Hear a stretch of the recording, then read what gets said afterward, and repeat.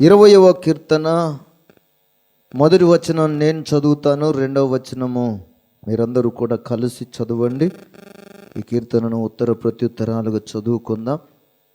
ఆపత్కాలమునందు యెహోవా నీకు ఉత్తరమిచ్చునుగాక. యాకోబు దేవుని నామము నిన్ను ఉద్ధరించునుగాక.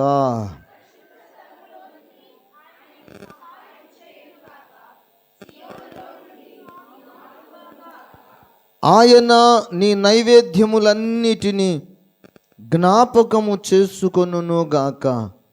నీ దహన బలులను అంగీకరించునుగాక.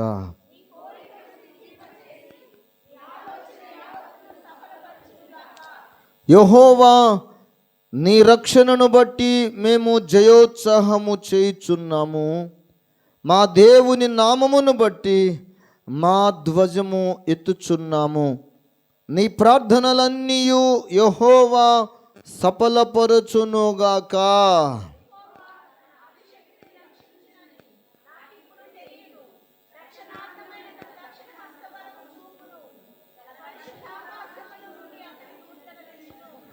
కొందరు రథములను బట్టియు కొందరు గుర్రములను బట్టియు అతిశయపడుదురు. మనమైతే మన దేవుడైన యెహోవా నామమును బట్టి అతిశయపడుదుము.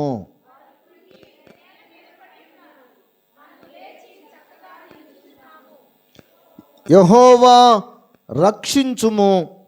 మేము మొరపెట్టున్నప్పుడు రాజు మాకు ఉత్తరమిచ్చునుగాక.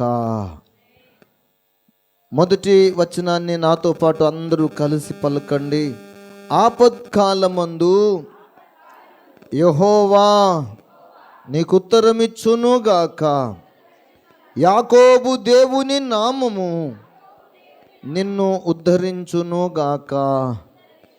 దేవుడు తన వాక్యాన్ని మన వినికిడిలో స్థిరపరచి ఆశీర్వదించి ఫలింపచేయునుగాక. ఆమేన్. దయచేసి అందరూ కూర్చోనండి.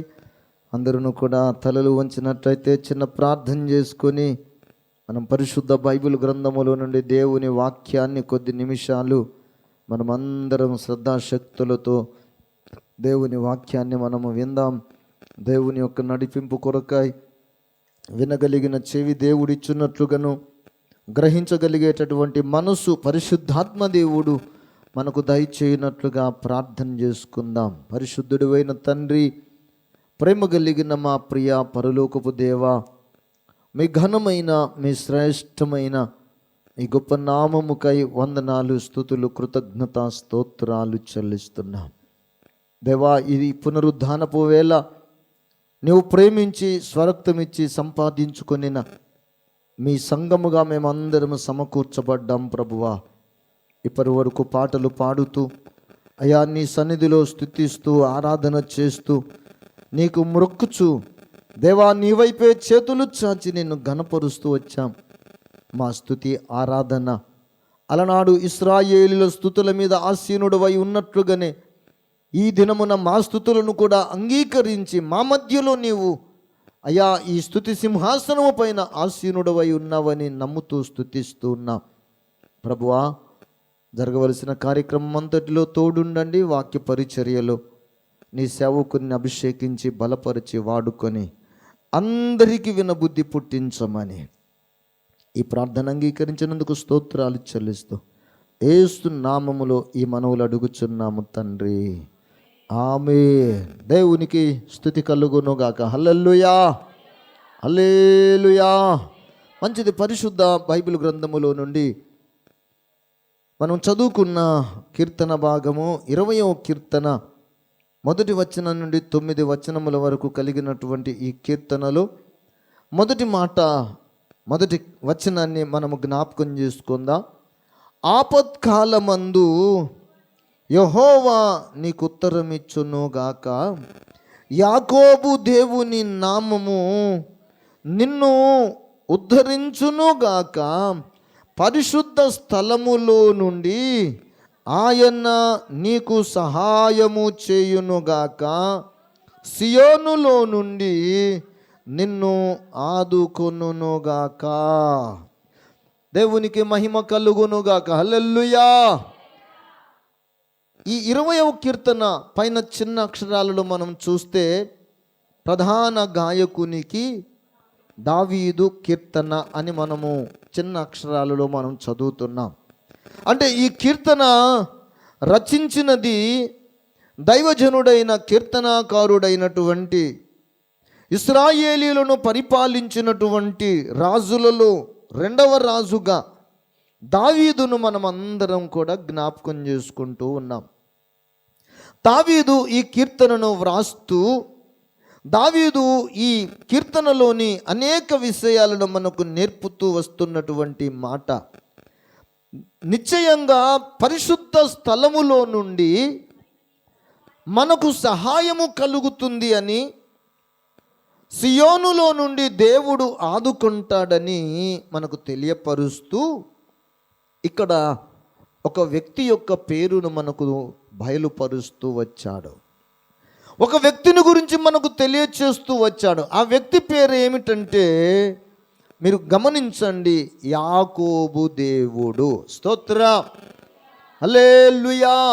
యాకోబును గూర్చి ఈ 20వ కీర్తనలో మనకందరికీ కూడా, మనకు మాత్రమే కాదు, యావత్ ప్రపంచమంతటా ఉన్నటువంటి దేవుని భక్తులైన వారికందరికీ కూడా యాకోబును గూర్చి మనకు పరిచయం చేస్తున్నాడు. ఈ యాకోబును గూర్చి మనమందరమును కూడా నేర్చుకొనదగిన అనేక విషయాలు ఉన్నాయి. యాకోబును గూర్చి అందరికీ తెలిసినటువంటి ప్రాముఖ్యమైన విషయం ఏంటంటే, యాకోబు అంటే చాలు, యాకోబు మోసగాడు. యాకోబు అంటే ఎవరంట? మోసగాడు. యాకోబు అంటే మోసగాడు అన్న విషయం అందరికీ తెలుసు. కానీ తెలియని మరొక విషయం ఏమిటంటే, ఒక ప్రక్క యాకోబు మోసగాడుగా కనబడతాడు, కానీ తల్లి గర్భములో పిండముగా రూపింపబడక మునిపే యాకోబు ఆశీర్వదింపబడినవాడు. స్తోత్ర, హల్లెలూయా. తల్లి గర్భములో పిండముగా రూపింపబడక మునిపే యాకోబు ఆశీర్వదింపబడిన వాడుగా కనబడతాడు. యాకోబు దీవించబడిన వాడుగా కనబడతాడు. యాకోబు దేవుని వలన అభివృద్ధి చెందేవాడుగా మనము చూడగలుగుతాం. ఈరోజు పరిశుద్ధ బైబిల్ గ్రంథములో మనమందరమును కూడా ఆదికాండములోని 28వ అధ్యాయములో నుండి కొన్ని ప్రాముఖ్యమైనటువంటి విషయాలను మనము జ్ఞాపకానికి తెచ్చుకుందాం. దయచేసి మీరందరూ కూడా దయచేసి చూడండి. ఆదికాండము 28వ అధ్యాయములో యాకోబును తన తండ్రి అయినటువంటి ఇస్సాకు ఆశీర్వదించిన విధానాన్ని మనము జ్ఞాపకం చేస్తాం.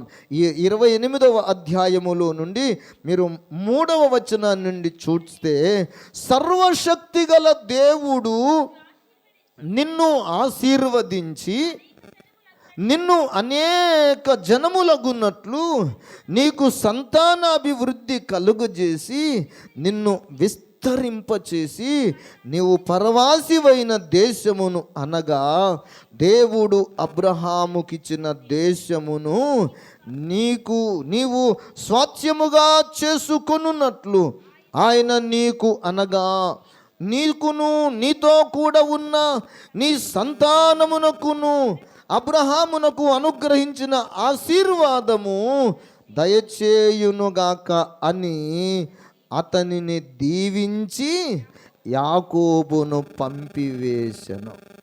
ఎవరు దీవించారు? ఏమండి, తండ్రి అయినా ఇస్సాకు దీవించాడు. ఎక్కడి నుండి ఎక్కడకు పంపించాడు అంటే, మనము జ్ఞాపకం చేసుకుంటున్నాము, ఇదిగో ఈ పద్దనరామును విడిచిపెట్టి దేవుని కృపను బట్టి ఇతడు వేరొక చోటికి వెళ్ళిపోవలసినటువంటి పరిస్థితి ఏర్పరచబడినది. కానీ ఇక్కడ యాకోబును తండ్రి ఏమని దీవించాడంట? ఏమని దీవిస్తున్నాడు అంటే, సర్వశక్తి గల దేవుడు నిన్ను ఆశీర్వదిస్తాడు. నా కుమారుడా యాకోబు, సర్వశక్తి గల దేవుడు నీకు తోడున్నాడు. సర్వశక్తి గల దేవుడు నిన్ను ఆశీర్వదిస్తాడు. సర్వశక్తి కలిగిన దేవుడు నీకు సంతానాభివృద్ధి కలుగజేస్తాడు. సర్వశక్తి కలిగిన దేవుడు నిశ్చయముగా నీకు నీ జనమును అనేకులగున్నట్లుగా నీ వంశవృక్షాన్ని దేవుడు వృద్ధి చేస్తాడు అని పలికాడు. స్తోత్రం. ఈ 28వ అధ్యాయములో, ఆదికాండం 28వ అధ్యాయములో 3-4 వచనాలను మనము జ్ఞాపకం చేసుకుంటూ ఉన్నాం. ఇక్కడ మనం గమనించాల్సిన ప్రాముఖ్యమైన మాట ఏంటంటే, యాకోబును తండ్రి అయిన, సర్వశక్తి కలిగినటువంటి దేవుని పేరిట తండ్రి అయిన ఇస్సాకు దీవించను ఆశీర్వదించను. ఆయనను గురించి చెప్పుతున్న మాట అంటే ఏమంటున్నాడంటే, నేను కాదు కుమారుడా, నీ తల మీదికి దేవుడే దీవెనను పంపాడు, ఆశీర్వాదాన్ని పంపాడు. హల్లెలూయా. సర్వశక్తి గల దేవుడు నిన్ను ఆశీర్వదిస్తాడని చెప్పాడు. ఈ మాట ఇక్కడ తండ్రి దీవెన ఎవరి మీద ఉంది? కుమారుడైన యాకోబు మీద ఉంది. కుమారుడైన యాకోబు మీద ఉంది. తండ్రి దీవెన కుమారుడి మీద ఉంది, అనగా యాకోబు మీద ఉన్నది. ఇక్కడ ఈ తండ్రి దీవించిన విధానాన్ని మనము గమనిస్తాం. మరొక చోట తల్లి దీవెనను కూడా కలిగినట్లుగా మనం పరిశుద్ధ బైబిల్ గ్రంథంలో, దయచేసి మీరు చూడండి, 27వ అధ్యాయంలోనికి వచ్చినట్లయితే 27వ అధ్యాయములో మీరు 13వ వచనమును చూడండి. అయినను అనగా యాకోబు తల్లి, నా కుమారుడా, ఆ శాపము నా మీదికి వచ్చునుగాక, నీవు నా మాట మాత్రము విని పోయి వాటిని నా యొద్దకు తీసుకొని రమ్మని చెప్పగా. ఇక్కడ తల్లి కూడా ఏం చేస్తుందంట? యాకోబును దీవిస్తుంది, యాకోబును ఆశీర్వదిస్తుంది, యాకోబుకు సంతాన వృద్ధి కలుగుతుందన్నటువంటి దీవెనను ఇస్తున్నట్టుగా మనం ఈ లేఖనాలలో మనం చూడగలుగుతాం. యాకోబును దీవించిన తల్లి ఏ విధంగా దీవించిందో మనం ఈ 27వ అధ్యాయం అంతా చదివితే తెలుస్తుంది. ఇస్సాకునకు 2 కుమారులు. పెద్దవాని పేరు ఏశావు, చిన్నవాని పేరు యాకోబు. పెద్దవాడేమో ఏశావు, చిన్నవాడేమో యాకోబు. ఈ ఇద్దరిలో జ్యేష్ఠత్వం ఎవరికి రావాలి అంటే ఏమండి, పెద్దవాడైన ఏశావుకే రావాలి, ఏశావుకే రావాలి. అందుకే తండ్రి మొట్టమొదటగా ఇస్సాకు తన పెద్ద కుమారుడైన ఏశావును దీవించాలని, ఏశావును ఆశీర్వదించాలని, ఏశావు యొక్క సంతానాన్ని వృద్ధి చేయించాలని, సర్వశక్తి కలిగిన దేవుని పేరిట ఏశావును ఆశీర్వదించాలని చాలా ప్రయత్నం చేశాడు.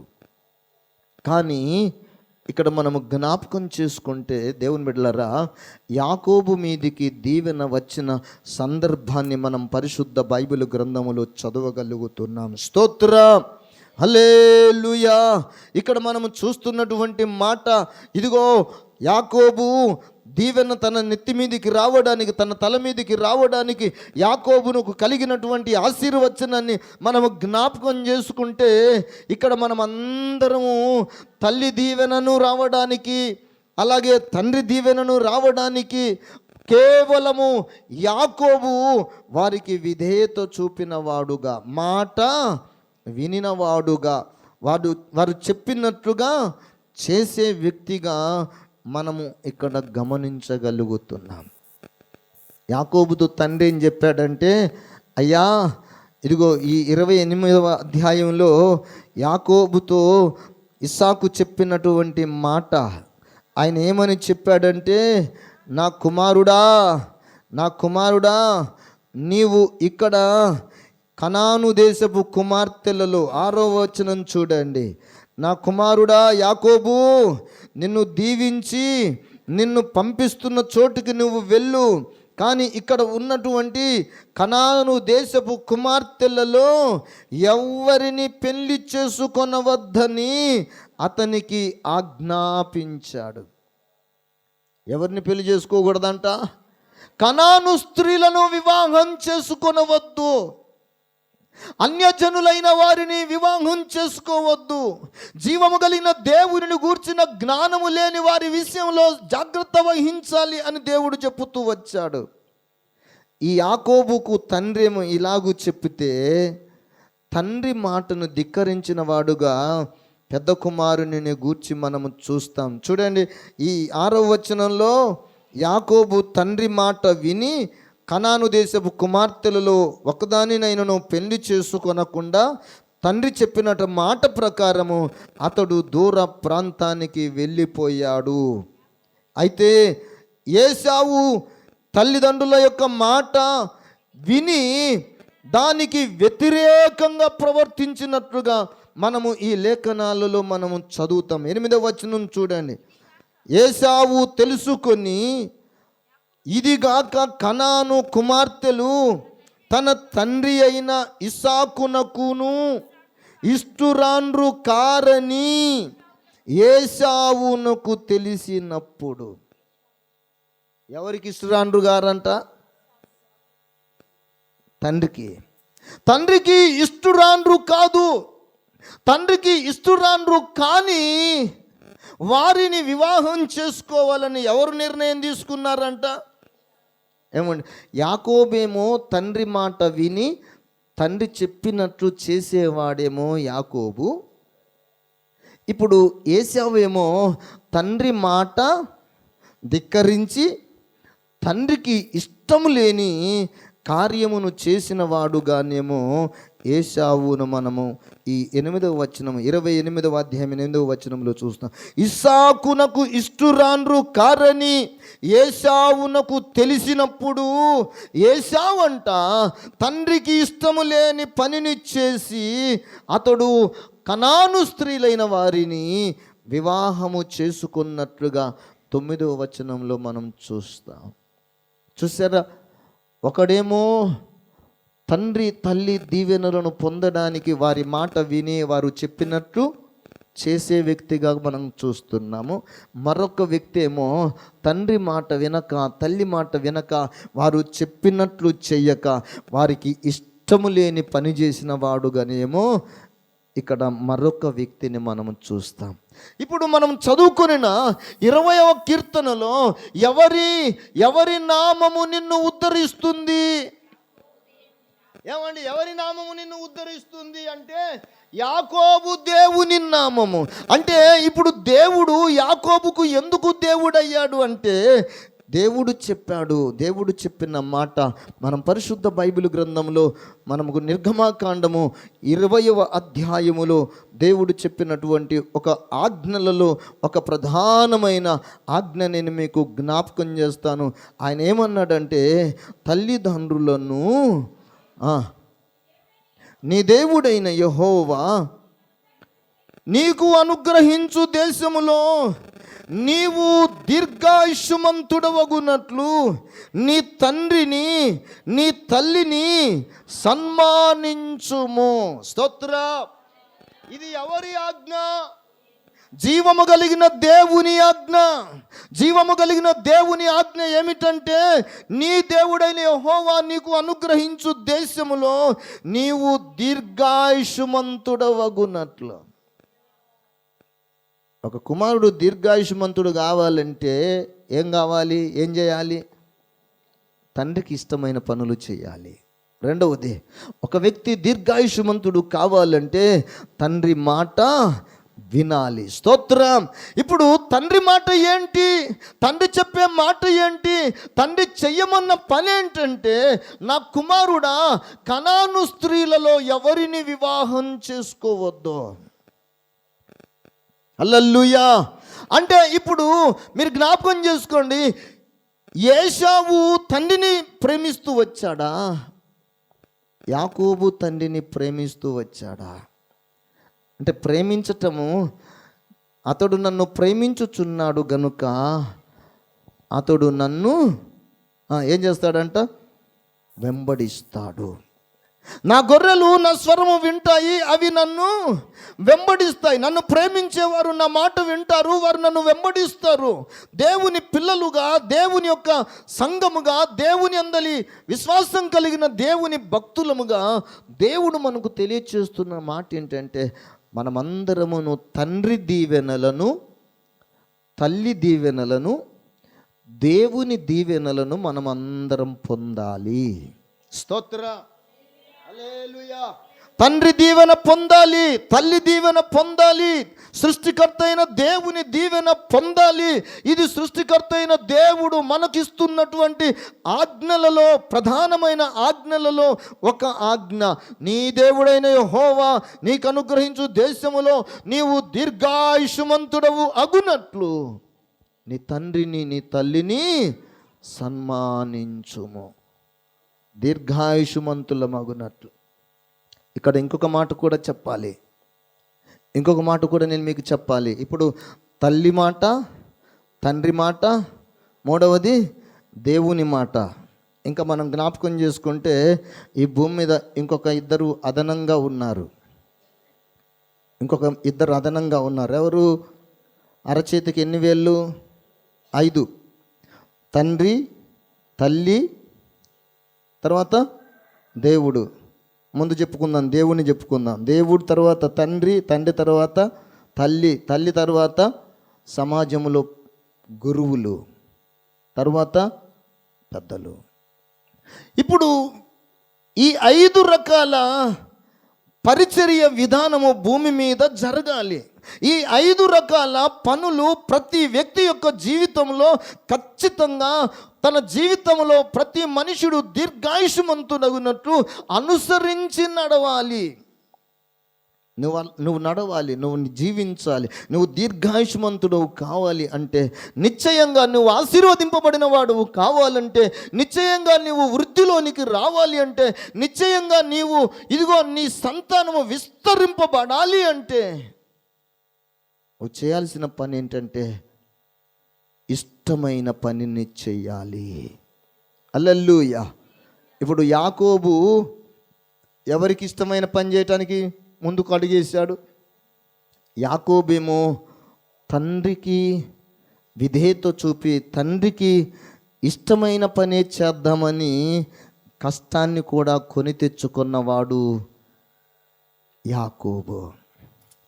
ఇష్టం లేని పని చేద్దాం, కష్టపెట్టుదాం, బాధపరుచుదాం, ఏమైనా కానివ్వండి, నా ఇష్టమే సిద్ధించునుగాక అనుకున్నవాడు ఏశావు. ఏశావు జీవితంలో మనం జ్ఞాపకం చేసుకుంటాం, అతడు చాలా నష్టపోయినటువంటి పరిస్థితిని. దేవుని బిడ్డలారా, సంఘముగా, దేవుని ప్రజలంగా, దేవుని అందలి విశ్వాసం కలిగిన దేవుని బిడ్డలముగా మనకందరికీ ఇదిగో యాకోబు దేవుని నామము నిన్ను ఉద్ధరిస్తుంది అని ఎందుకు చెప్పబడిందంటే, యాకోబు ఏ పద్ధతిని అనుసరించాడో, ఏ విధేయతను అనుసరించాడో, ఏ విధంగా మాట విన్నాడో, ఏ విధంగా మాట చొప్పున నడుచుకున్నాడో, ఈ భూమి మీద ఉన్న ప్రతి మనుషుడును కూడా అలాగే ప్రవర్తించాలి. హల్లెలూయా. ఇప్పుడు యాకోబు గురించి మనము ఆదికాండము 28వ అధ్యాయంలో తండ్రి దీవెనలు పొందుకున్నవానిగా చూస్తాం. అదే ఆదికాండం 27:13 వచనంలో తల్లి దీవెనలు పొందుకున్నవాడుగా మనం చూస్తాం. మరొక మాట నేను మీకు జ్ఞాపకం చేయదలుచుకున్నాను. అతడు తల్లి గర్భములో పిండముగా ఉండినప్పుడే 25వ అధ్యాయం, ఆదికాండం 25వ అధ్యాయం 22వ వచనములు చూడండి. ఆమె గర్భములో శిశువులు ఒకనితో నొకడు పెనుగులాడిరి గనుక ఆమె ఇలాగైతే నేను బ్రతుకుట ఎందుకు అనుకొని ఈ విషయమై యెహోవాను అడుగ వెళ్ళెను. ఎవరు ఈమె? ఏమండి, దేవుణ్ణి అడగడానికి వెళ్ళిన ఈమె పేరు ఏం పేరంట? ఇస్సాకు భార్య అయిన రిబకా. రిబకా దేవుని దగ్గరకు వెళ్ళింది. దేవుని దగ్గర ఇలా అడుగుతుంది, ప్రభువా, నా జీవితంలో చాలా సంవత్సరాలు సంతానము లేక నేను గొడ్రాలుగా జీవితాన్ని అనుభవించాను. నేను అంత అవమానాన్ని భరించాను, బాధలు భరించాను, శ్రమలు భరించాను. నీ దయ వలన నువ్వు నాకు సంతానం ఇచ్చావు. నేను ఇప్పుడు గర్భం మోస్తున్నాను. నా గర్భములో ఏదో పోరాటము జరుగుతుంది. ఏదో పోరాటం జరుగుతుంది. ఏం పోరాటం అంట? ఆమె గర్భంలో యుద్ధం జరుగుతుంది. స్త్రీ యొక్క గర్భము యుద్ధ భూమి అంట. స్తోత్ర. ఏ భూమి? స్త్రీ యొక్క గర్భము యుద్ధ భూమి.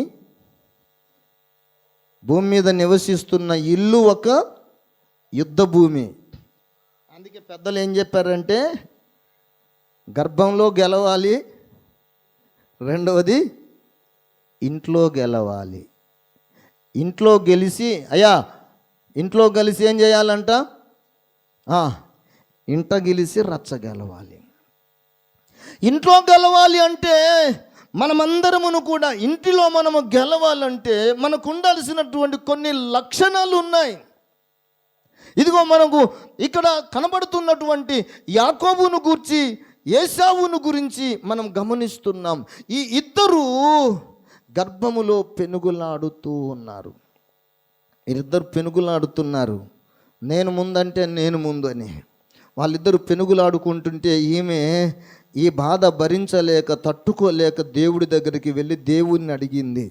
అప్పుడు దేవుడు ఆమెతో ఇట్లు అని నేను స్తోత్ర ఆమెతో ఇలాగూ సెలవిస్తున్నాడు. ఏమంటున్నాడంటే, 2 జనములు నీ గర్భములో కలవు, 2 జనపదములు నీ కడుపులో నుండి ప్రత్యేకముగా వచ్చును. ఒక జనపదము కంటే ఒక జనపదము బలిష్టమై ఉండును. పెద్దవాడు చిన్నవానికి, చేతులెత్తి చెబుదాం హల్లెలూయా. పెద్దవాడెవరు? బైబిల్ ప్రకారం పెద్దవాడెవరు? ఏశావు. చిన్నవాడెవరు? యాకోబు. ఇక్కడ దేవుని దీవెన ఎవరికి ఉంది? పెద్దవాడికి ఉందా, చిన్నవానికి ఉందా?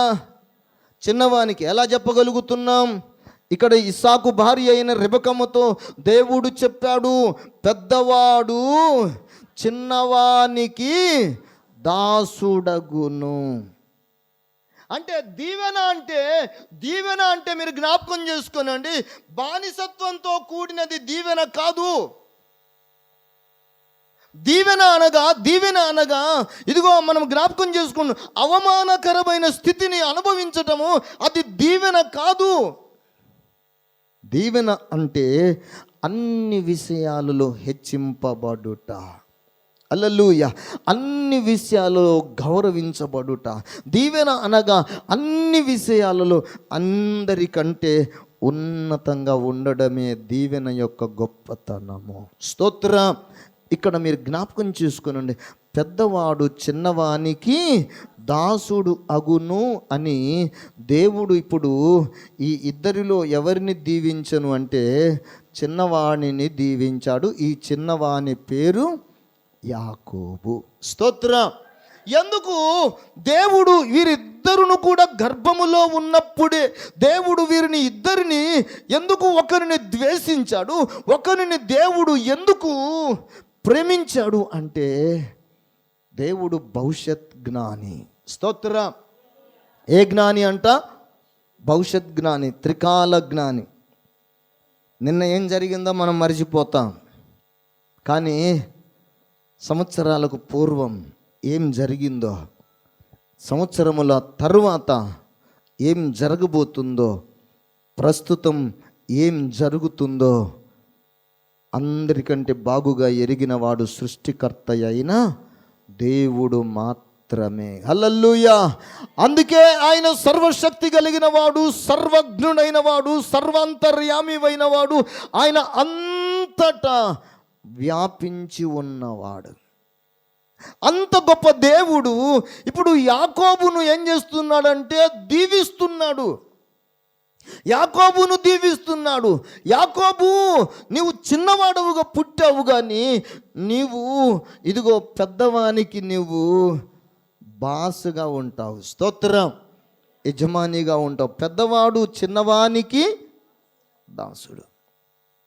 ఎందుకు యాకోబు పరిస్థితి ఇంతగా దీర్ఘాయుస్సుతో కూడిన ఆశీర్వాదం ఎందుకు ఇతని మీదకి వచ్చింది? యాకోబు మీదికి రావలసిన, ఏశావు మీదికి రావలసిన జ్యేష్ఠత్వపు ఆశీర్వాదాన్ని ఎందుకు పోగొట్టాడు అంటే, మనం పరిశుద్ధ బైబిల్ గ్రంథం చదువుతాం. అతడు దేవుని మాట వినలేదు. రెండవది, దేవునికి ఇష్టము లేని పనులు చేశాడు. ఇష్టం లేని పనులు మీరు జ్ఞాపకం చేసుకురండి.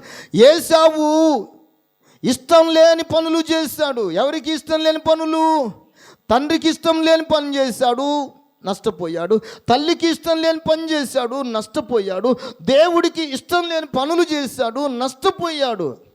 ఇంకెవరున్నారు? ఇంకా ఇద్దరున్నారు సమాజంలో. పెద్దలు ఉన్నారు, తర్వాత గురువులు ఉన్నారు. మీరు ఎవరినైనా చూడండి, గురువు దగ్గర విద్య నేర్చుకునేవాడు ఏమండి వినకుండా, విధేయత చూపకుండా ఏ శిష్యుడైనా గురువు అంతటి ఏమండి జ్ఞానము సంపాదించగలుగుతాడా? ఏమండి గురువు గారి దగ్గర విని విధేయత కలిగిన వాడే గురువు అంతటి వాడు అవుతాడు. స్తోత్రం, హల్లెలూయా. అయితే ఏ విద్యార్థి అయితే, ఏ శిష్యుడైతే గురువు దగ్గర వినడో, నేర్చుకోడో, గురువుకు విధేయత చూపడో, నిశ్చయంగా ఆ విద్యార్థి నష్టపోతాడు. అందుకే గురువుల దయలో మనం వర్ధిల్లాలి, పెద్దల దయలో మనము వర్ధిల్లాలి.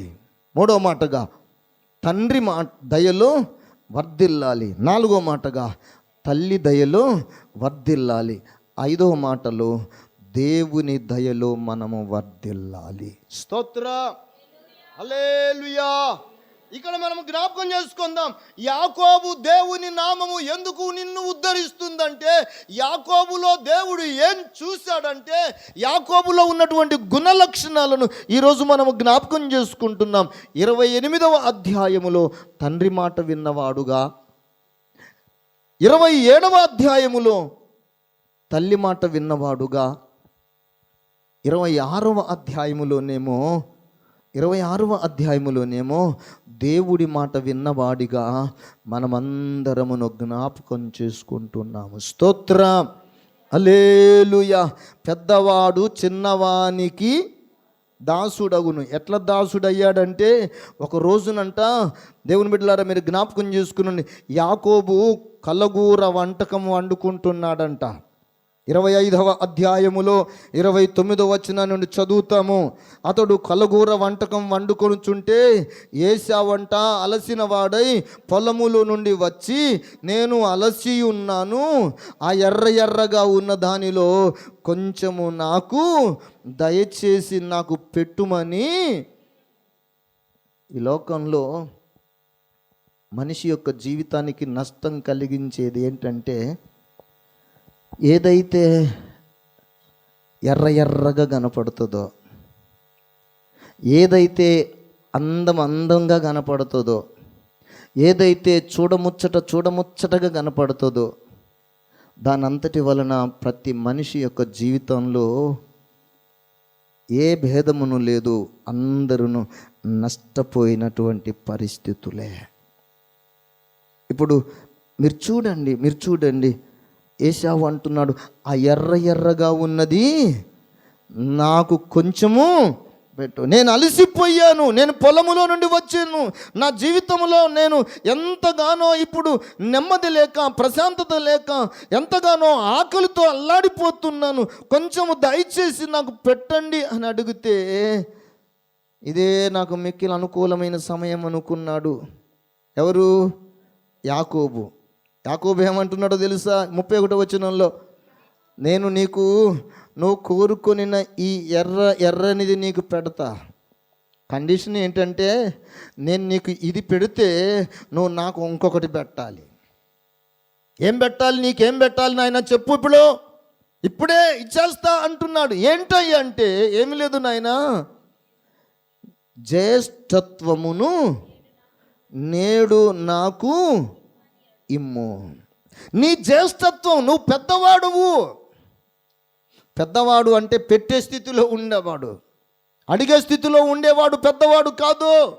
నువ్వు పెద్దవాడవు, నువ్వు జ్యేష్ఠుడవు, నువ్వు పెట్టే స్థితిలో ఉన్నావు.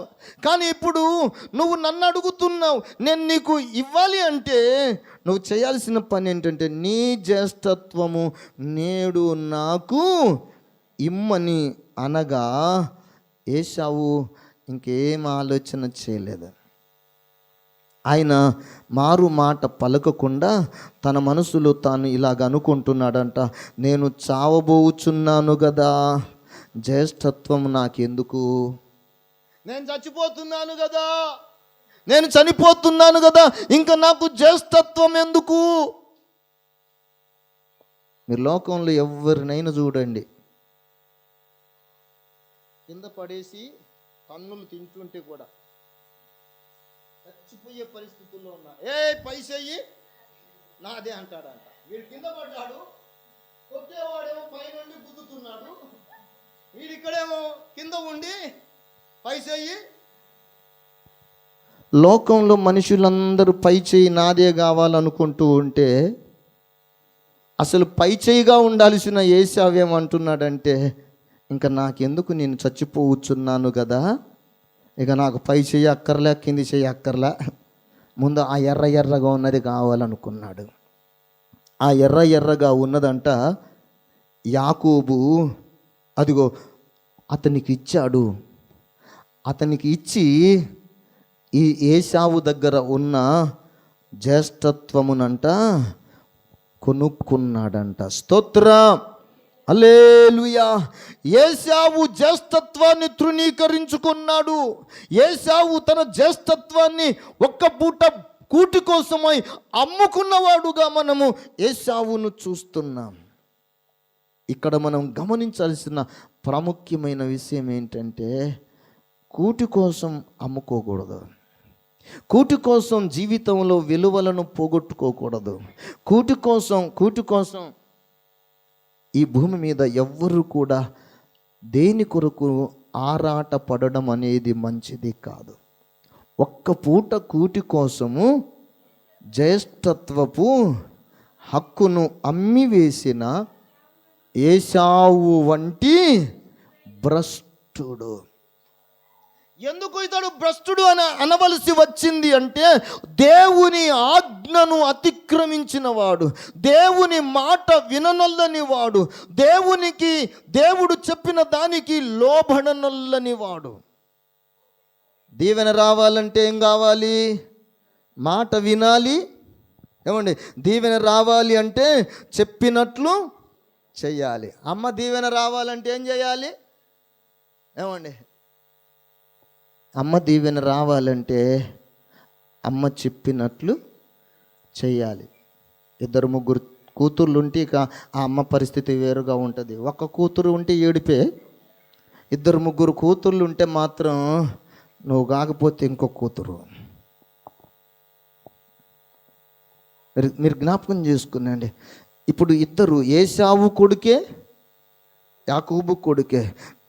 ఇక్కడ వీళ్ళిద్దరూ ప్రేమించటం విషయంలో మీరు జ్ఞాపకం చేసుకుని, ఒకరినేమో ప్రేమించడానికి బాధపడుతున్నారు, ఇంకొకరినేమో ప్రేమించడానికి భలే ఇష్టపడుతున్నారు. ఎందుకయ్యా అంటే ఆ ఇద్దరు వీళ్ళే కదా కన్నది, ఎందుకు వీళ్ళు ఇది పక్షపాతం అన్నట్లుగా మనం చూస్తున్నాం. కానీ నిజానికి వాళ్ళు పక్షపాతము చూపటం లేదు. ఎందుకంటే ఆ పిల్లలే పక్షపాతం చూపిస్తున్నారు. పిల్లల పక్షపాతం ఏమో తెలియడం లేదు, కానీ అమ్మ పక్షపాతం మాత్రం అర్థమవుతుంది. మా అమ్మ నన్ను సరిగ్గా చూడదండి. మా అమ్మ నన్ను భలే టార్చర్ పెట్టేస్తుందండి. ఎందుకు టార్చర్ పెడుతుంది? అమ్మ ఎందుకు టార్చర్ పెడుతుంది? నాన్న ఎందుకు టార్చర్ పెడతాడు? దేవుడు ఎందుకు నిన్ను అంత పట్టించుకోకుండా ఉంటాడు? పెద్దలు ఎందుకు నిన్ను ఒక రకంగా చూస్తున్నారు? గురువులు ఎందుకు నీ విషయంలో కొంచెం జాగ్రత్త పడుతున్నారంటే, నీ దగ్గర ఉండవలసిన మంచి లక్షణము లేదు. ఏ మంచి లక్షణం అది? మాట వినే మంచి లక్షణం లేదు. లోబడి చెప్పింది చెప్పినట్టుగా చేసేటటువంటి లక్షణము లేదు. అందుకే యాకోబును గూర్చి తండ్రి దీవెన కలిగిన వాడుగా, రెండవది తల్లి దీవెన కలిగిన వాడుగా, మూడవది దేవుని దీవెన కలిగిన వాడుగా.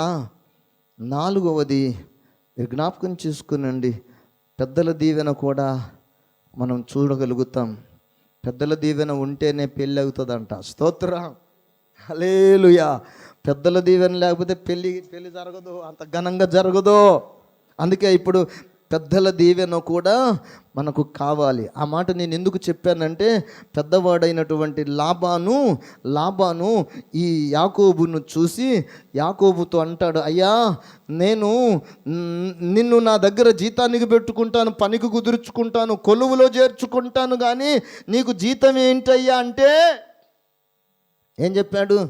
ఏం లేదు నాయన, నేను 7 సంవత్సరాలు కొలువు చేస్తా, కానీ నువ్వు నాకు నా మనసులో కోరిక తీర్చాలి. ఏమిటయ్యా అంటే రాహేలును నాకు పెళ్లి చెయ్యాలి.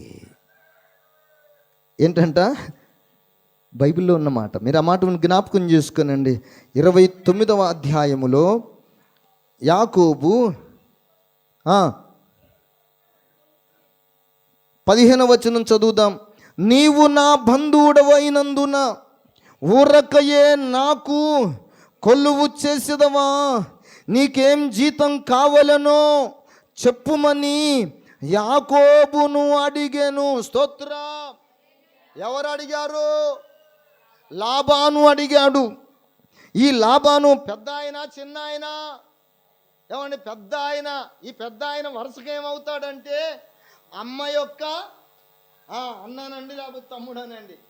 ఏమండి, ఒక మేనరికము బంధుత్వం కలిగిన వ్యక్తి పెద్ద ఆయన. ఇప్పుడు పెద్ద ఆయన దయ లేకపోతే యాకోబు యొక్క స్థితి ఏమవుతుందో మీరు చూడండి. ఇక్కడ దేవుని దయ కలిగిన వాడు, అమ్మ దయ పొందినవాడు, నాన్న దయ పొందినవాడు, ఒక పెద్ద ఆయన దయ పొందినవాడు గనుక ఇతనికి తన జీవితంలో ఒంటరితనము తొలగిపోయి ఇతడు ఆశీర్వదింపబడుటకు కారకుడు అయినట్లుగా మనము ఈ 15, 16, 17 వచనాలు మనము చదువుతాం. నీకేమి జీతం కావాలనో చెప్పయ్యా అని లాబాను యాకోబును అడిగితే, లాబానుతో ఆయన ఏం చెప్పాడో తెలుసా? యాకోబు రాహేలును ప్రేమించాడు గనుక, యాకోబు రాహేలును ప్రేమించాడు గనుక ఆ పెద్ద ఆయనతో విధేయతతో చెప్పుతున్నాడు.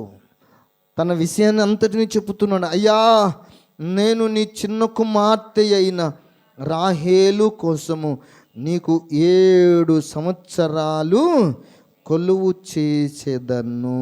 స్తోత్ర. ఏమండి, ఇప్పుడు ఎవరి మాట చొప్పున? లాబాను మాట చొప్పున. చూడండి, మాట విన్నాడు, ఆయన చెప్పినట్లు కొలువు చేశాడు. చెప్పినట్లు మాట విన్నాడు, చెప్పినట్లు కొలువు చేశాడు. ఇప్పుడు మాట విన్నందుకు, కొలువు చెప్పినట్లు చేసినందుకు మరి ప్రతిఫలం ఇవ్వాలా వద్దా? దీవెన ఇవ్వాలా వద్దా? మాట విని కూడా, చెప్పిన పని చేసినా కూడా దీవెన ఇవ్వకుండా చెప్పించి పంపించే వాళ్ళు ఎవరన్నా ఉంటారా? ఎవరన్నా ఉంటారండి? మాట విన్నవాడి జీవితంలో, మాట చెప్పినట్టు చేసిన వాడి జీవితంలో ఏ వ్యక్తి అయినా బహుగా సంతోషించి వారిని దీవిస్తారు. పిల్ల పాపలతో వర్ధిల్లుదువుగాక అంటారు. స్తోత్రం. ఇక్కడ యాకోబు జీవితంలో మనమందరం గ్రహించవలసినటువంటి ప్రాముఖ్యమైనటువంటి విషయం ఏమిటంటే, యాకోబును లాబాను దీవిస్తూ వచ్చాడు. మీరు జ్ఞాపకం చేసుకునండి. 18వ వచనములు అంటాడు, 19వ వచనంలో చెప్తున్న మాట, అందుకు లాబాను ఆమెను అన్యునికి ఇచ్చుట కంటే నీకిచ్చుట మేలు, నా యొద్ద ఉండు, నా దగ్గర కొలువు చేయి, నా దగ్గర పనికి నిన్ను ఏర్పాటు చేసిన పనిలో నువ్వు నమ్మకంగా పనిచేస్తే, 7 సంవత్సరాలు నువ్వు కొలువు చేస్తే, నువ్వు చెప్పినట్లుగా నడుచుకున్నట్లయితే, నా మాట చొప్పున నువ్వు నడుచుకున్నట్లయితే, నా మాట వినినట్లయితే, నిశ్చయంగా నీకు చేసిన ఆ మాట చొప్పున నేను నెరవేరుస్తాను. స్తోత్రం, హల్లెలూయా. దేవుని బిడ్డలారా, మీరు జ్ఞాపకం చేసుకునండి. ఇంతవరకు మనము దేవుడి దీవెన పొందినవాడు, రెండవ మాట తల్లి దీవెన పొందినవాడు, 27వ అధ్యాయములోనేమో తల్లి దీవెన పొందినవాడుగా, 28వ అధ్యాయములోనేమో ఏమండి తండ్రి దీవెన పొందినవాడుగా, 25వ అధ్యాయం 26వ అధ్యాయములోనేమో దేవుడి దీవెన పొందినవాడుగా మనం చూస్తున్నాము. అయితే ఈ పెద్దల దయ, గురువుల దయ, తల్లి దయ, తండ్రి దయ, దేవుని దయ కలిగిన వారందరూ ఈ భూమి మీద శ్రమల పాలయ్యారు. హల్లెలూయా, హల్లెలూయా. వాళ్ళందరూ దీవెనలు పొందడానికి మనము జ్ఞాపకం చేసుకునవలసినటువంటి ప్రాముఖ్యమైన విషయం ఏమిటంటే, వారు ఎంత వినే మనసు కలిగిన వారు, ఎంత విధేయత కలిగిన వాళ్ళు, కానీ వాళ్ళందరి జీవితాలలో మనం జ్ఞాపకం చేసుకుంటున్నాం వాళ్ళు ఎన్ని శ్రమల పాలయ్యారో. ఆ విషయము 28వ అధ్యాయములో మనం 10వ వచనం నుండి చదివితే మనకి ఈ విషయం అంతా తెలుస్తుంది. చూసారా, దేవుని దయ పొందడానికి, దేవుని దయ పొందాలంటే దేవునితో సహవాసం చేయాలి. అమ్మ దయ పొందాలంటే అమ్మకు అందుబాటులో ఉండాలి. అమ్మకు అందుబాటులో ఉండాలి. అమ్మ చెప్పిన మాట వినాలి. అమ్మ చెప్పిన పని చేస్తే దీవెన వస్తుంది. ఇప్పుడు నాన్న మాట వినాలి. నాన్న చెప్పిన పని చేస్తే నాన్న దీవెన వస్తుంది. ఇప్పుడు పెద్దల మాట వింటే, పెద్దలు చెప్పినట్టు చేస్తే పెద్దల దీవెన వస్తుంది. గురువుల మాట విని గురువుల దగ్గర గురువులు చెప్పినట్టు చేస్తే గురువుల దీవెన వస్తుంది. కానీ ఇతడు అన్ని విషయాలలో దీవెన పొందినవాడుగా కనబడుతున్నాడు. కానీ ఇతడు పడిన శ్రమలు మనం పరిశుద్ధ బైబిల్ గ్రంథములో చూస్తాం. ఇప్పుడు గురువులు దూరం అయిపోయారు, పెద్దలు దూరం అయిపోయారు, నాన్న దూరం అయిపోయాడు, అమ్మ దూరం అయిపోయింది. అమ్మ దూరమైంది, నాన్న దూరమైంది, గురువులు దూరం అయిపోయారు, పెద్దలు దూరం అయిపోయారు. ఈ లోకంలో మానవ మాతృలు అందరూ దూరమైన సృష్టికర్త అయిన దేవుడు మాత్రము విడిచిపెట్టేవాడు కాదు, మరచిపోయేవాడు కాదు. స్తోత్రం, హల్లెలూయా.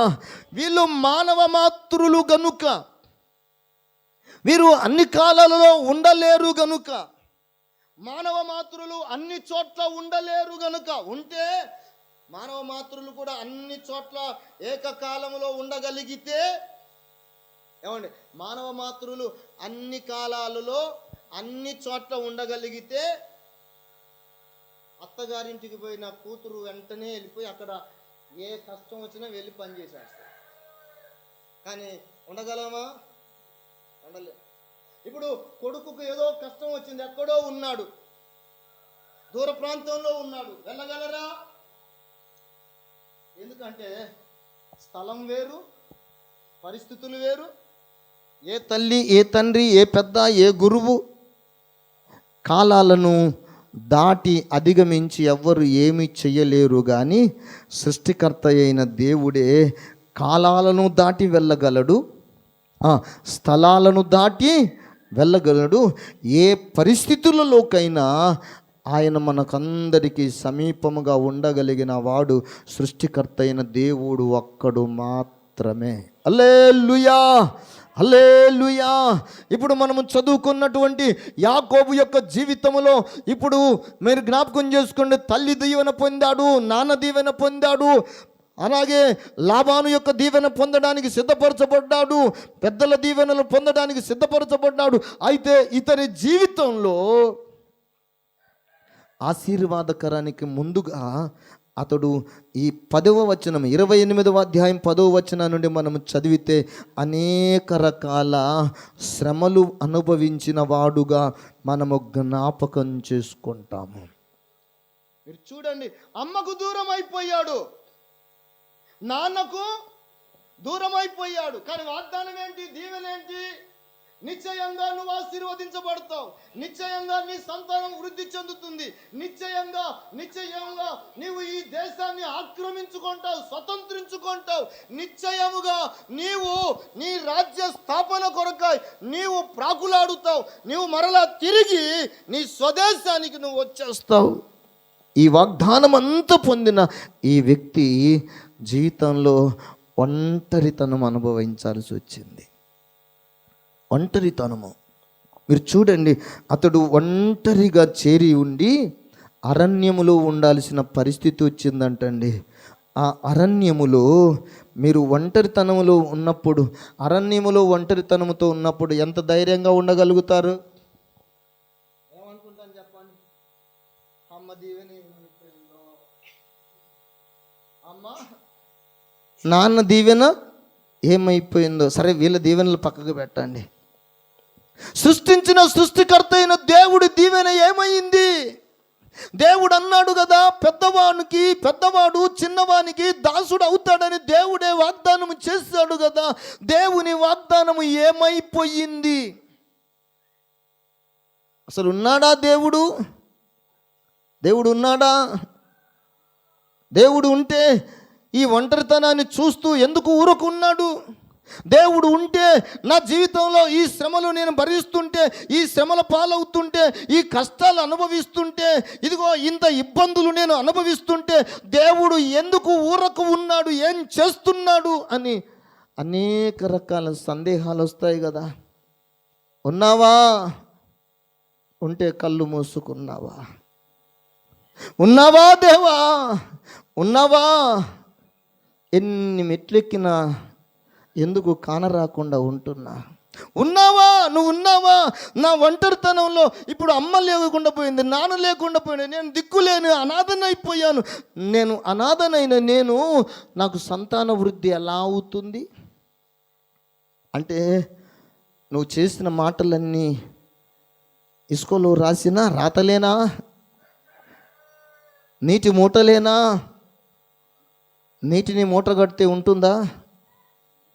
ఇసుకలో రాత రాస్తే ఉంటుందా? ఉంటుందండి. మరి ఇప్పుడు రాత ఎక్కడ రాయాలి చెప్పండి? నోట్స్లోనన్నా రాయాలి, బండ మీదనన్నా చెక్కబడాలి.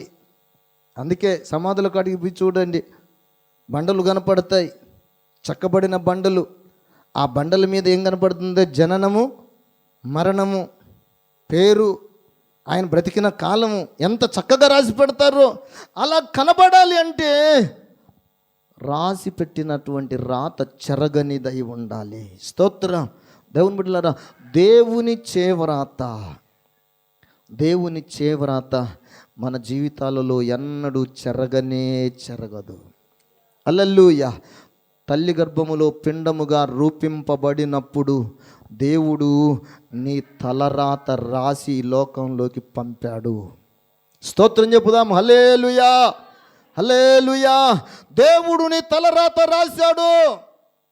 నువ్వు దేవునికి లోబడితే, దేవునికి విధేయత చూపితే నీ తలరాత ఏమిటో దేవుడు నీకు బయలుపరుస్తాడు. స్తోత్రం. ఒంటరినైపోయాను, దిక్కులేని దాననైపోయాను, అనాథనైపోయాను, నాకు ఏం తెలియటం లేదు, దిక్కు తోచటం లేదు, ఇక బ్రతకటం కంటే చావటం మేలు అనుకుంటే నువ్వు దేవుని మాట వినేదానవు కాదు, వినేవాడవు కాదు, లోబడేవాడవు కాదు. దేవునికి నువ్వు లోబడేవాడవు అంటే, దేవుని మాట వినేవాడవు అయితే నీకు కలిగిన అన్ని విషయాలలో దేవుని కొరకు నువ్వు నమ్మకంగా బ్రతకాలి. స్తోత్రం. హల్లెలూయా. నిన్ను నిర్మించిన దేవుడు, తల్లి గర్భములో నిన్ను సృజించిన దేవుడు, నీ ఎడల ఒక ప్రణాళిక, ఉద్దేశమును కలిగినటువంటి ఆ గొప్ప దేవుడు నీ జీవితంలో ఇదిగో ముందుగానే నీ మీద ఒక ఉద్దేశం కలిగి ఉన్నాడు. చిన్నవాడా, నువ్వు చిన్నవాడవే కావచ్చు, కానీ నువ్వు పెద్దవానికి బాసుగా ఉంటావు. స్తోత్రం. పెద్దవాడు చిన్నవానికి దాసుడుగా ఉంటాడు. ఇది యాకోబు యొక్క జీవితంలో దేవుడిచ్చిన దీవెన. కానీ యాకోబు జీవితంలో మొదట అన్ని రకాల దీవెనల కంటే ముందు ఇతడు బహు శ్రమల పాలైనట్లుగా మనం పరిశుద్ధ లేఖనాలలో చదువుతున్నాం. మీరు జ్ఞాపకం చేసుకున్నాడు, అతడు ఒంటరి వాడయ్యాడంట. అతడు ఆ రోజు హారానులో అక్కడ బస చేశాడంట. ప్రొద్దుగుంకినప్పుడంట, ఆ రాత్రి వేళ అతడు నిలిచిపోయినప్పుడంట, ఆ ఒంటరితనములో అతడు బహు బాధ నొందుచుండగా అతనికి దేవుడు ఒక దర్శనమిచ్చాడు. స్తోత్రం. దేవుడు అతనికి ఒక కలను చూపించాడు. అందులో ఒక నిచ్చెన కనబడింది. ఆ నిచ్చెన మీద పై భాగములోనేమో మహోన్నతుడైన యెహోవా దేవుడు అక్కడ నిలిచి ఉన్నాడు. ఆ నిచ్చెన మీద నుండి దేవదూతలంట ఎక్కుచూ దిగుచూ నుండిరి. ఆ 13వ వచనములు అంటాడు, 28, 13వ వచనములో, దేవుడు నేను నీ తండ్రి అయిన అబ్రహాము దేవుడను, ఇస్సాకు దేవుడను యెహోవాను, నీవు పండుకొని ఉన్న ఈ భూమిని నీకును నీ సంతానమునకును నేను నీకు ఇచ్చేదను. స్తోత్రం. హల్లెలూయా. నేను నిన్ను ఆశీర్వదిస్తాను, ఇసుక రేణువుల వలె విస్తరింప చేస్తాను. నీవు పడమటికి నీ తూర్పున తట్టునకును, నీవు నిశ్చయంగా ఉత్తరపు దక్షిణపు తట్టునకును వ్యాపించదవు. భూమి యొక్క వంశములన్నీ కూడా నీ మూలముగా ఆశీర్వదింపబడును. హల్లెలూయా. ఇదిగో నేను నీకు తోడై ఉంటాను. ఎప్పుడు పలుకుతున్న మాట? ఒంటరితనములో ఉన్నప్పుడు, జీవితంలో వేదనామయుడుగా బ్రతుకుతున్నప్పుడు, జీవితంలో నిరాశ నిస్పృహలతో కొట్టిమిట్టాడుతున్నప్పుడు, భయపడుతున్నప్పుడు దేవుడు యాకోబునకు దర్శనమిచ్చి కలలో మాట్లాడుతున్నటువంటి మాట, నేను నిశ్చయంగా నీకు తోడుంటాను, నిశ్చయంగా నిన్ను మరలా ఈ ప్రాంతానికి నేను నిన్ను తీసుకొస్తాను, ఈ మాట ఇచ్చి దీన్ని నీతో చెప్పినది నేను నెరవేర్చు వరకు నేను నిన్ను విడువనని దేవుడు యాకోబుతో చెప్పగా. హల్లెలూయా, హల్లెలూయా. దేవుని బిడ్డలారా, ఈ లోకంలో చాలామందికి దీవెనలు అయితే కావాలి. ఏం కావాలంట? దీవెనలు కావాలి, ఆశీర్వాదం కావాలి, లోకంలో ఘనత కావాలి, ఈ సమాజంలో అంతస్తుండాలి, ఉన్నత స్థితి కలగాలి, ఇవన్నీ కావాలి, అన్నీ కావాలి. కానీ మనిషికి ఏమి ఇష్టం లేదంటే శ్రమలంటే ఇష్టం లేదు, కష్టపడడం అంటే ఇష్టం లేదు, బాధలంటే ఇష్టం లేదు. దేవుని బిడ్డలారా, ఒంటరితనం అంటే అసలే ఇష్టం లేదు. మీరు ఒక మాట జ్ఞాపకం చేసుకునండి. ఒంటరి అయిన వానికి దేవుడిచ్చిన వాగ్దానం ఏంటంట? వారిలో ఒంటరి అయిన వాడు 1000 మంది అవుతాడు, ఎన్నిక లేనివాడు బలమైన జనం అవుతాడు. స్తోత్రం. బలగం ఉన్న వాళ్ళందరేమో దేవుని విడిచిపెట్టారు. ఏమున్న వాళ్ళంట? బలగం ఉన్న వాళ్ళందరేమో దేవుణ్ణి విడిచిపెట్టారు. అందరు తోడున్నారు, స్నేహితులు తోడున్నారు, బంధువులు తోడున్నారు, భార్య తోడుంది, బిడ్డలు తోడున్నారు, అందరూ తోడున్నారు అనుకున్న వాళ్ళందరేమో దేవుని విడిచిపెట్టారు. ఒంటరైనోడేమో దేవుణ్ణి పట్టుకున్నాడు. స్తోత్రం. హల్లెలూయా. ఇప్పుడు దేవుడు ఎవరికి దేవుడు? అందరిని కలిగిన వాళ్ళకు దేవుడా? ఏమండి? ఎవరు లేక ఒంటరి అయిన అనాథకు దేవుడా? ఏమండి? మీరు జ్ఞాపకం చేసుకున్న ఎవరికి దేవుడు? యేసయ్య అందరికీ ప్రభు అండి అని వాక్యం చెప్తామా? ఉంది కదా. మరి యేసు క్రీస్తు అందరికీ ప్రభువే, కాదన్నది ఎవరు? కానీ అందరికీ దేవుడు సమీపంగా లేడు. అందరికీ దీవెనలు ఇవ్వడానికి దేవుడు అందరికీ సమీపంగా లేడు. దేవుడు దీవెనలు ఇవ్వడానికి ఎవరికి సమీపంగా ఉన్నాడు అంటే, ఎవరైతే దేవుని మాట విని, ఎవరైతే దేవునికి లోబడి దేవుడు చెప్పినట్లు చేయగలుగుతున్నారో వారి తలల మీదకి ఆశీర్వాదం వస్తుంది. హల్లెలూయా, హల్లెలూయా. ఈ పగటి కాలపు వేళ ఇదిగో మనమందరమును జ్ఞాపకం చేసుకోవలసిన ప్రాముఖ్యమైన మాట, ఆపత్కాలమునందు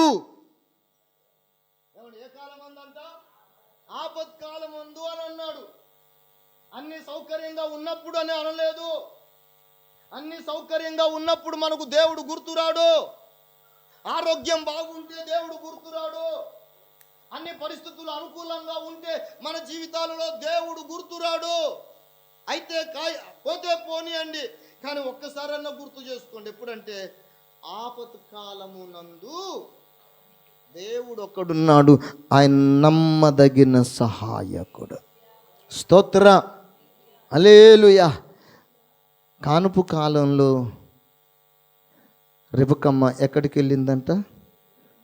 దేవుడి దగ్గరికి వెళ్ళింది. ఇప్పుడు వయసు వచ్చినటువంటి యాకోబు ఎక్కడికి వెళ్ళాడంట? లాబాను దగ్గరికి వెళ్ళాడు. ఎక్కడికి వెళ్ళాడంటే లాబాను దగ్గరకు వెళ్ళాడు. మీరు జ్ఞాపకం చేసుకున్నాను, దేవుని దీవెన ఈ భూమి మీద మనుషులముగా మన మీదికి రావాలి అంటే నిశ్చయంగా మనకుండవలసిన లక్షణాలు 2. ఒకటి, వినే మనసు కలిగి ఉండాలి. 2వది, మనము చెప్పిన పని తూచ తప్పక చేసేవారముగా ఉండాలి. హల్లెలూయా. మాట వినే స్వభావమే గనుక నీకుంటే, చెప్పిన పని చేసే స్వభావమే గనుక నీవు కలిగి ఉంటే, నిశ్చయముగా నీవు నీ జీవితమంతయును అనేకులకు ఆశీర్వాదకరముగానే ఉంటుంది. దేవుని వాక్యం సెలవిస్తుంది, ఇదిగో సంవత్సరములు జరుగుచుండగా దేవుడు తన కార్యమును జీవితాలలో నూతన పరచాలని కోరుకుంటున్నాడు. స్తోత్రం. ఈ 2026లో మనందరి జీవితాలలో ఏం కావాలని కోరుకుంటున్నాడంట? ఏం కావాలని కోరుకుంటున్నాడంటే నూతన పరచబడాలి. ఏ విషయంలో నూతన పరచబడాలి? ఏ విషయంలో నూతన పరచబడాలి? మీరు బైబిల్ గ్రంథమును చూడండి.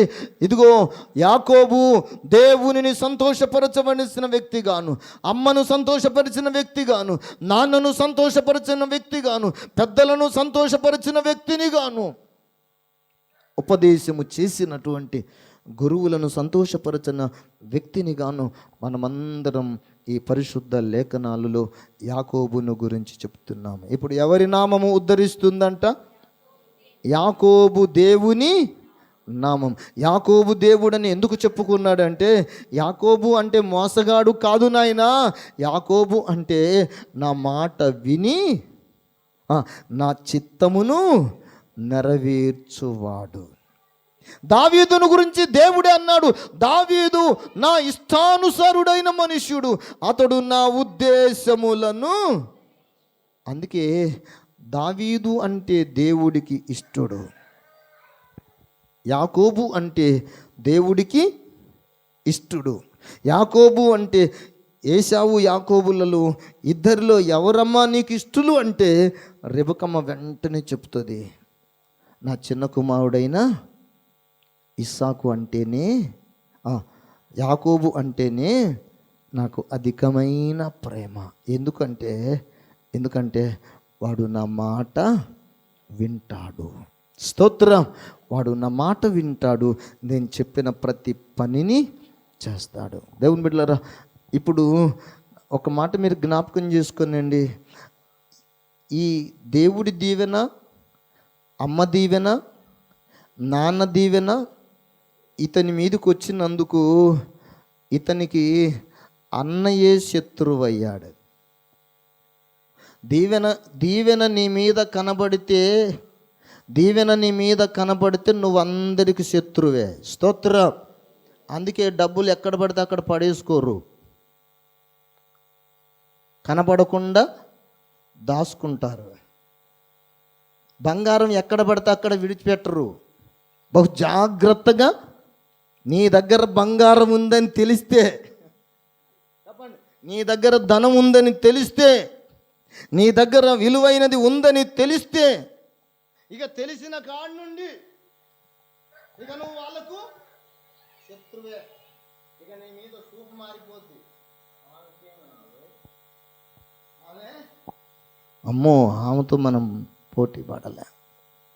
దేవుని బిడ్డలారా, ఈ ఆశీర్వాదాలన్నీ ఒక వ్యక్తి మీదికి రావాలి అంటే ఆ వ్యక్తికి ఉండవలసిన 2 లక్షణాలు యాకోబులో నుండి మనకు తెలియచేస్తున్నాడు.